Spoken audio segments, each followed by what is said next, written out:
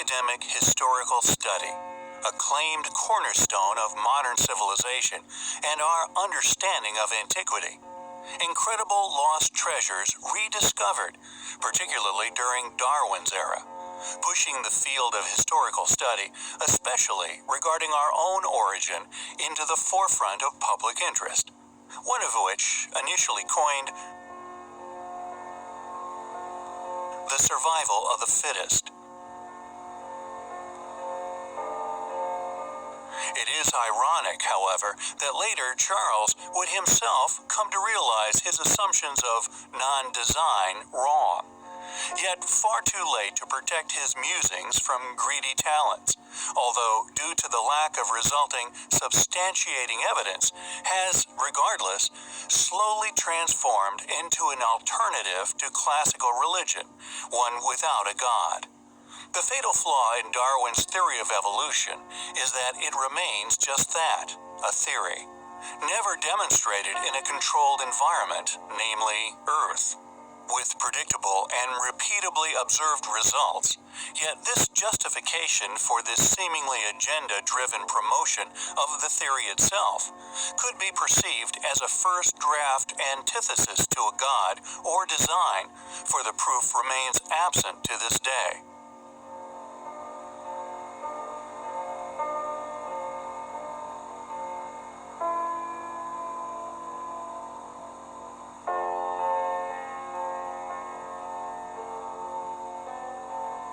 A tangled web they weave, harnessing the variety found within nature and often subsequent similarities within the animal kingdom, who, due to environmental changes, were often forced to adapt, wheeled around as examples of that which the theory depends on, the proof, the magical link, the species hop, a display of the power of adaptation, nothing more. The hairless apes, explained evolutionarily as due to reproductive preference for apes with less hair. There is no evidence for this claim, no mention of any environmental benefits or negative consequential factors of its result.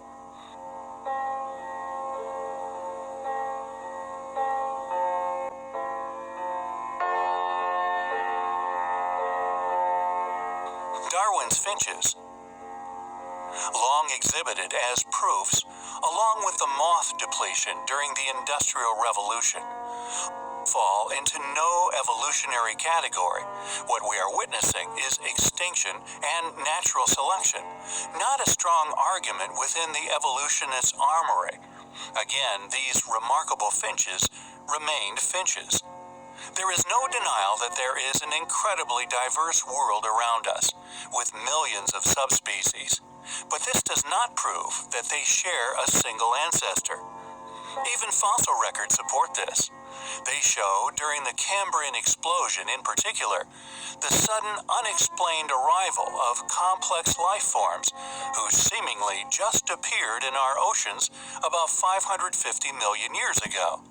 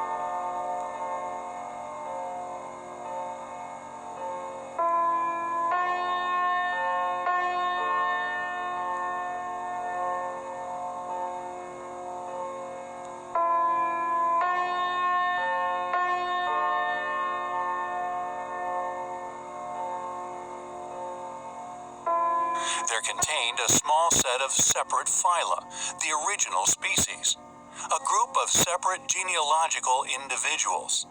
Now a 500 million years old, Yet no others, or more importantly, any separation or the crucial cross-species hop has ever been discovered.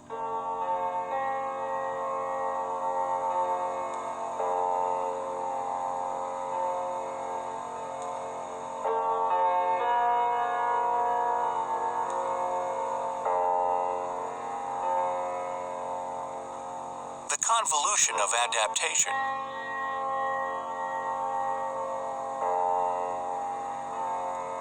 A competition for resources.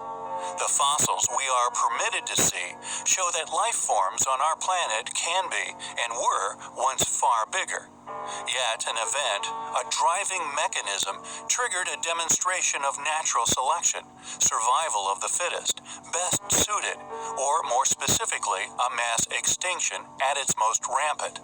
For although we know birds, thanks to MRI scans, are biologically dinosaurs, they could have only been small scavenging species, the world becoming unsustainable for large creatures.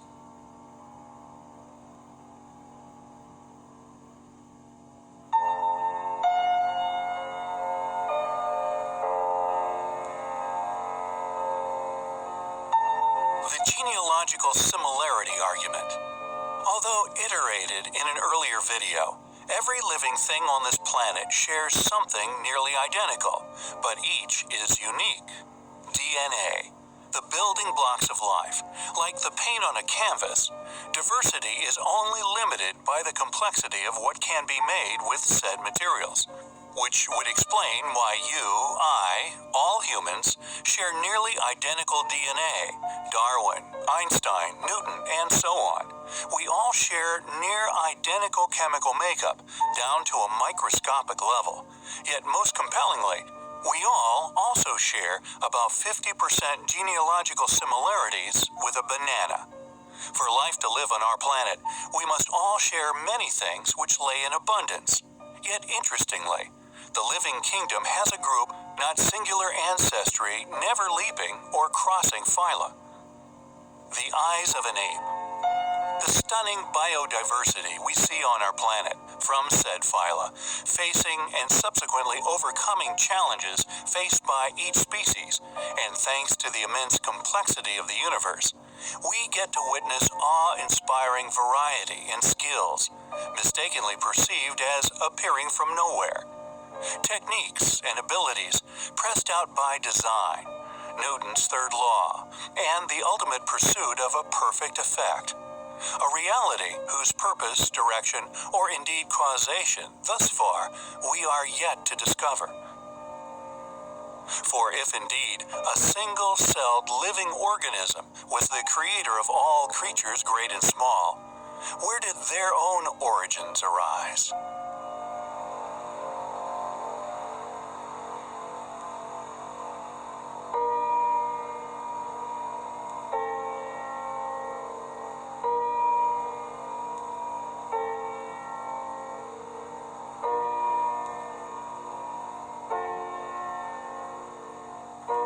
Metamorphosis. From the very hungry caterpillar to the beautiful butterfly, this is supposed with no intelligence, totally by chance.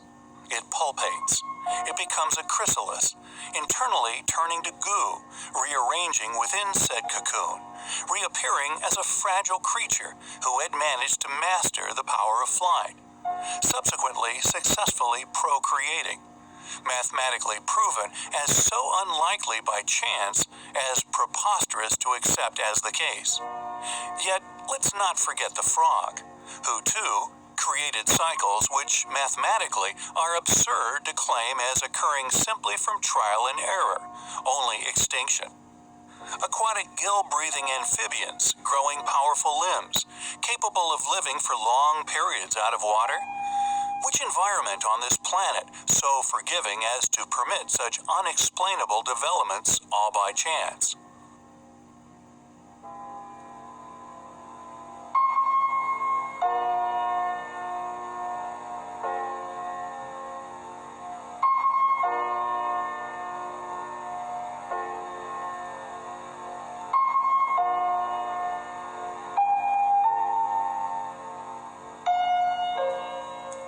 enter Stone Age.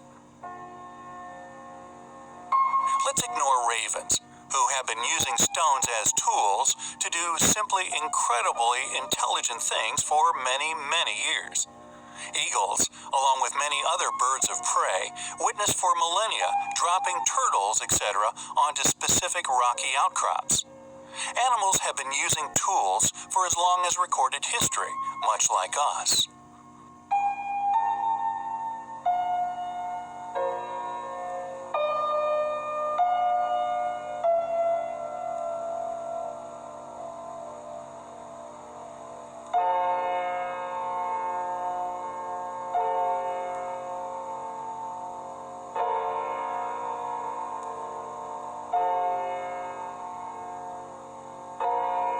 If there was no one around to hear it, did the Big Bang make a sound? Claiming life has no meaning, no purpose, no direction, that it came from nothing, would make a Big Bang impossible. Nothing comes from nothing. I'm here, so I came from somewhere. Inbuilt within this place, I find myself, cause and effect, pre-existing, ipso facto, design.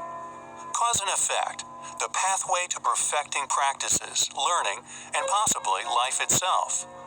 Revolution, technological and worldly advancements, and a perfection of our understandings as a species. Why such direction, if merely all by sheer chance? We find it all highly compelling.